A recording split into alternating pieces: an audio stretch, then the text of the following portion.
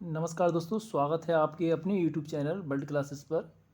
आज हम इसमें करंट अफेयर और जीके जीएस के कुछ ऐसे क्वेश्चन लेकर आए हैं जो आपके एग्ज़ाम में आने ही आने हैं। क्योंकि हमें काफ़ी समय हो गया है इस क्षेत्र में, लगभग 5-6 साल कोचिंग पढ़ाते हुए और पढ़ते हुए हो गए हैं। तो उसके आधार पर हम आपके लिए एक जो क्वेश्चन देंगे वो ऐसे देंगे जो आने ही आने हैं। कुछ टॉपिक ऐसे होते हैं कि यहाँ से क्वेश्चन उठता ही उठता है। तो उन क्वेश्चनों को हम इसमें डिटेल एक्सप्लेनेशन देखेंगे हर क्वेश्चन का।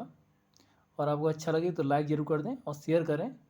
और आप डेली अगर आप बने रहेंगे तो ऐसे क्वेश्चन मिलेंगे जो कि आप किसी भी एग्ज़ाम की तैयारी कर रहे हैं उसमें आपके काम ज़रूर आएंगे वो। तो आइए चलते हैं पहले क्वेश्चन पर। आपको पढ़ के पता चल जाएगा कि क्वेश्चन कैसे हैं। और साथ में देखिए जितने क्वेश्चन हैं जो इसमें हैं, उसके बाद आप इस क्लास से पूरी ख़त्म हो जाए तो आप कमेंट बॉक्स में ये ज़रूर बताएं कि आपके क्वेश्चन कितने सही हो रहे हैं, जो हम क्वेश्चन जो लिए हैं हमने उन क्वेश्चनों में से। तो आइए चलते हैं पहले क्वेश्चन पर चलते हैं।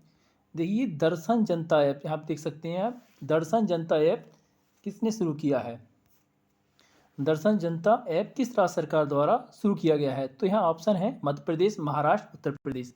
तो बताइए किस राज्य सरकार द्वारा ये शुरू किया गया है? तो आप देखिए मतलब क्वेश्चन को ना दिमाग में सोच के रखें। जैसे आपने दिमाग में सोच लिया क्वेश्चन, तो आपको अगर याद है तो वो दिमाग में आ जाएगा, ठीक है, तुरंत क्लिक कर जाएगा कहाँ ये है। तो अब इसका आंसर बताने जा रहे हैं हम। इसका आंसर क्या हो जाएगा? तो यहाँ उत्तर प्रदेश जो है इसका आंसर हो जाएगा। उत्तर प्रदेश ने जनता दर्शन ऐप लॉन्च किया है। और देखिए जो ऐप है हम उसको दिखा देते हैं पहले। आप यहाँ देख सकते हैं,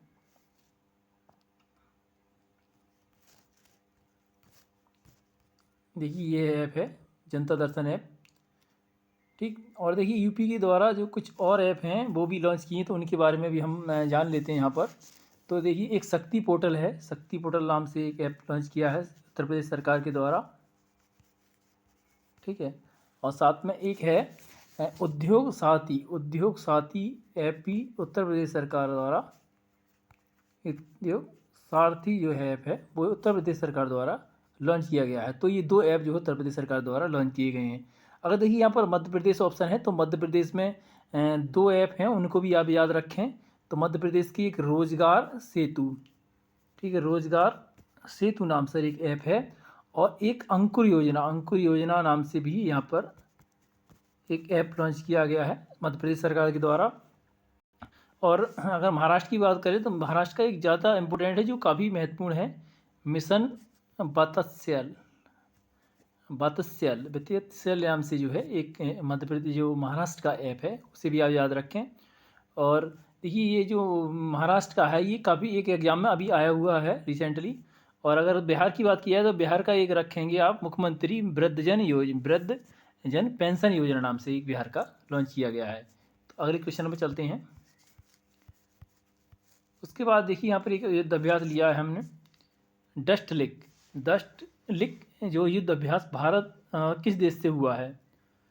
तो ऑप्शन यहाँ पर दे रखे हैं डस्ट लिक। देखिए यहाँ पर आप एक मतलब हम इसमें ट्रिक भी बताते चलेंगे साथ साथ, जिससे कि आपको दिक्कत ना हो इसमें क्वेश्चनों में। तो यहाँ डस्ट लिक जो है वो है, देखिए यहाँ पर आंसर आप अगर ने सोच लिया होगा आपने आंसर, तो इसका जो आंसर हो जाएगा वो हो जाएगा उज्बेकिस्तान। यानी कि जो डस्ट लिक जो ऐप है वो किसके द्वारा शुरू किया गया है? तो उज्बेकिस्तान। देखिए यहाँ पर ऐसे याद रख सकते हैं, यू यू है ना, डी यू, यू इससे याद रख सकते हैं, यू से उज्बेकिस्तान, ठीक है,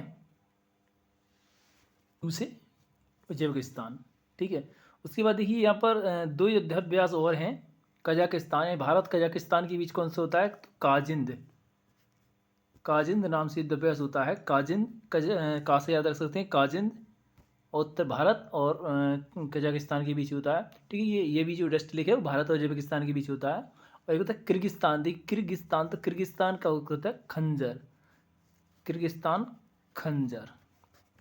भारत और किर्गिस्तान के बीच कौन सा है? खंजर। तो खंजर, देखिए खंजर आप किसी से अगर मारेंगे तो क्रैक हो जाएगा, तो किर्गिस्तान ऐसे याद रख सकती हैं, ठीक है। मतलब कुछ शब्द को हम रिलेट करके याद रखेंगे सभी को, ठीक। उसके बाद अगले क्वेश्चन में चलते हैं।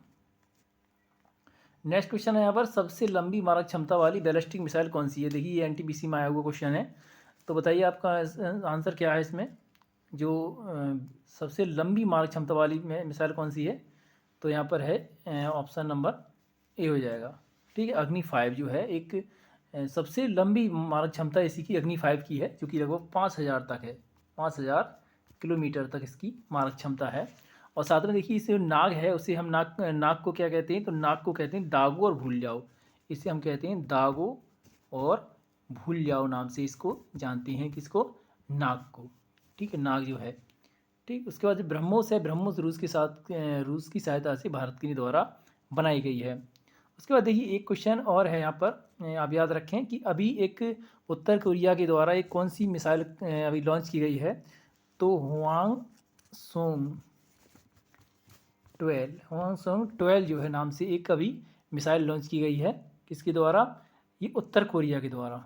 ठीक है, ये उत्तर कोरिया काफ़ी फेमस देश है, तानाशाह इसका जो किंग जॉम है वो काफ़ी फेमस है, तो इस वजह से इसकी जो क्वेश्चन आते रहते हैं। तो इसकी जो उत्तर कोरिया की राजधानी क्या है, प्योंगयांग, जो कि इसकी राजधानी है। ठीक है, और इसकी अगर मारक क्षमता की बात की जाए, हुआंगसोंग जो 12 है उसकी वो 2000 किलोमीटर है। ठीक है, नेक्स्ट क्वेश्चन हम चलते हैं। देखिए ये जो है अग्नि 5 मिसाइल है, जो कि इसकी 5000 दूरी है, आप यहाँ देख सकते हैं 5000 किलोमीटर इसकी रेंज है। नेक्स्ट क्वेश्चन है हेनली पासपोर्ट जो इंडेक्स है 2021, पहले स्थान पर कौन है यहाँ पर, हेनली पासपोर्ट इंडेक्स, यानी कि इसका मतलब है किसका पासपोर्ट जो है सबसे ज़्यादा मजबूत है, या सबसे ज़्यादा इसे लोग पाने की इच्छा रखते हैं, ऐसा मान सकते हैं आप, तो कौन सा देश है। और ये क्वेश्चन देखिए पैट में आया हुआ है, अभी जो पेपर हुआ था पैट का, यूपी पैट में, तो उसमें आया हुआ क्वेश्चन है ये। तो इसका आंसर हो जाएगा ऑप्शन नंबर बी, यानी कि जापान के द्वारा जो है, जापान पहले स्थान पर है। अगर भारत की स्थिति की बारे में बात की जाए, तो भारत की स्थिति जो है 84वें नंबर पर थी 2020 में, और 2021 में ये 90वें आ गया है। तो 2021 में अगर पूछा जाए कितने नंबर पर है, तो 2021 में जो है 90वें नंबर पर है भारत। ठीक है, तो ये जो काफ़ी महत्वपूर्ण क्वेश्चन है। अगर जापान की बात की जाए, तो जापान के हमें वो याद रखने हैं, एक जो राष्ट्रपति हैं यहाँ के, प्रधानमंत्री, वो याद रखने हैं, जो कि ताज़ी बने हैं, यानी कि नए नए बने हैं, तो इस वजह से ये याद रखने हैं। तो इनका नाम क्या है, फूमियो किसीदा, फूमियो किसीदा इनका नाम है।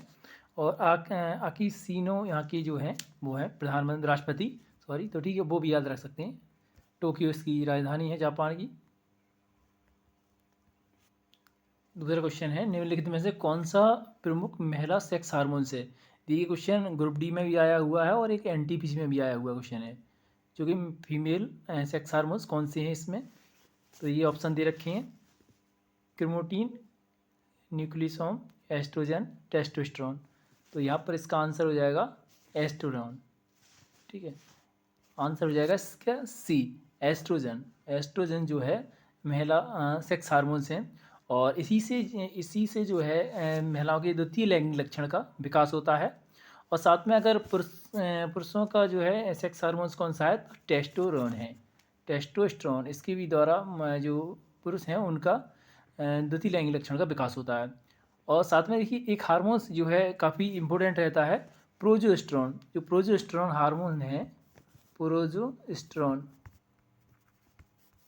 ठीक है, प्रोजेस्टेरोन, इसमें अंडोत्सर्जन, यानी कि जो अंडा का उत्सर्जन होता है फीमेल में, वो किसके द्वारा होता है, तो प्रोजेस्टेरोन के द्वारा फीमेल में अंडों का उत्सर्जन होता है।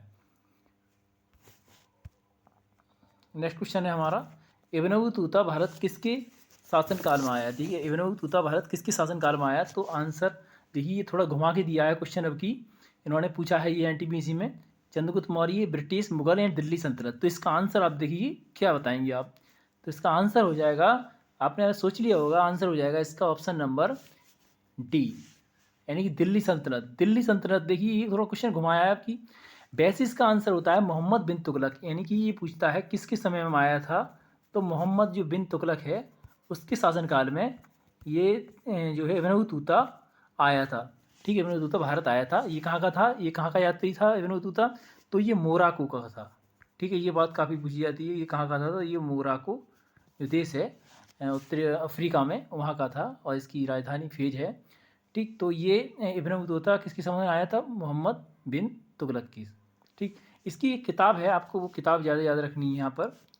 ठीक है, इसकी किताब के बारे में बात की जाए, तो इसकी जो किताब है इब्न बतूता की, वो रहेला नाम से एक पत्र है, जो कि इब्न बतूता ने यहाँ पर 7 वर्ष रहकर लिखा था। और इसमें क्या था, रिहला में मोहम्मद बिन जो तुगलक हैं उसके बारे में लिखा हुआ था।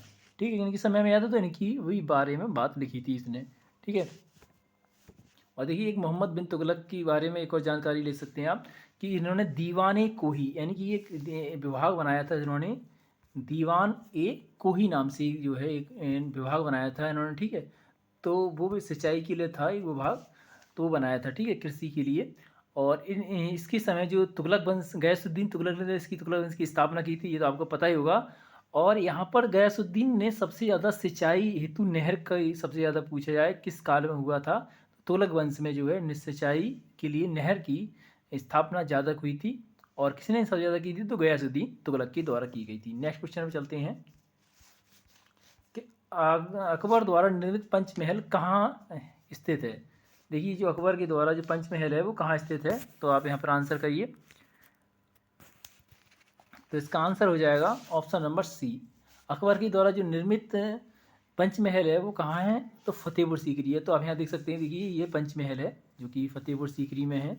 ये पंचमहल है, आप यहाँ याद रख सकते हैं इसे। पंचमहल कहाँ पर है, फतेहपुर सीकरी में। देखिए फतेहपुर सीकरी के बाद देखिए इसका जी और कुछ इसकी जो इम्पोर्टेंट है वो देख लीजिए आप यहाँ पर। देख तो एक तो इन्होंने ये बनाया था पंचमहल, उसके बाद इन्होंने बनाया था अकबर ने आगरा का किला। ठीक है, आगरा का किला बनाया था, एक आगरा का किला बनाया था। और साथ में एक बुलंद दरवाज़ा भी अकबर के तो समय में बना है। और बुलंद दरवाज़ा क्यों बना था, आप बताएं कमेंट बॉक्स में। ठीक है, तो बुलंद दरवाज़ा जो है इसलिए बनाया था क्योंकि गुजरात विजय के उपलक्ष्य में इन्होंने बुलंद दरवाज़ा बनाया था, अकबर के द्वारा बनाया गया था। ठीक है, एक जामा मस्जिद भी बनाई इन्होंने, और जामा मस्जिद इनके द्वारा बनाई गई है जो अकबर के द्वारा। और वो कहाँ बनाई गई, फतेहपुर सीकरी में। पूछे एक जामा मस्जिद और एक पंचमहल, आगरा का किला, बुलंद दरवाज़ा, ये अकबर के द्वारा बनाए गए हैं। और जो आगरा की जो जामा मस्जिद है, ठीक है, एक बात याद रखनी है आपको कि जो आगरा में जामा मस्जिद है वो किसने बनाई है। ठीक है, आगरा में जो जामा मस्जिद है वो किसके द्वारा बनाई गई है, ये थोड़ा कन्फ्यूजिंग पॉइंट रहता है यहाँ पर। तो आगरा में जो जामा मस्जिद है वो किसके द्वारा, हुमायूं के द्वारा। ठीक है, हुमायूं के द्वारा, जो कि अकबर के पिताजी हैं उनके द्वारा बनाई गई थी। तो हुमायूं के द्वारा एक ये बनाई थी। ये देखिए इन्होंने एक दीन पनाह नामक नगर की स्थापना की थी। हुमायूं से सबसे बड़ा क्वेश्चन एक पूछा जाता है, ये दीन पनाह नगर की स्थापना की थी हुमायूं के द्वारा। और अगर हुमायूं का मकबरा किसने बनवाया तो यहाँ पर देख सकते हैं हुमायूं का जो मकबरा है वो हमीदा बानो बेगम ने बनाया था। हमीदा बानो बेगम के द्वारा इनका मकबरा बनाया गया था। किनका, हुमायूं का। ठीक है, ये भी याद रखनी है। ठीक है, ये थोड़े से जरूर इफेक्ट है, नहीं तो वैसे तो बहुत इसकी बड़ा हो जाए।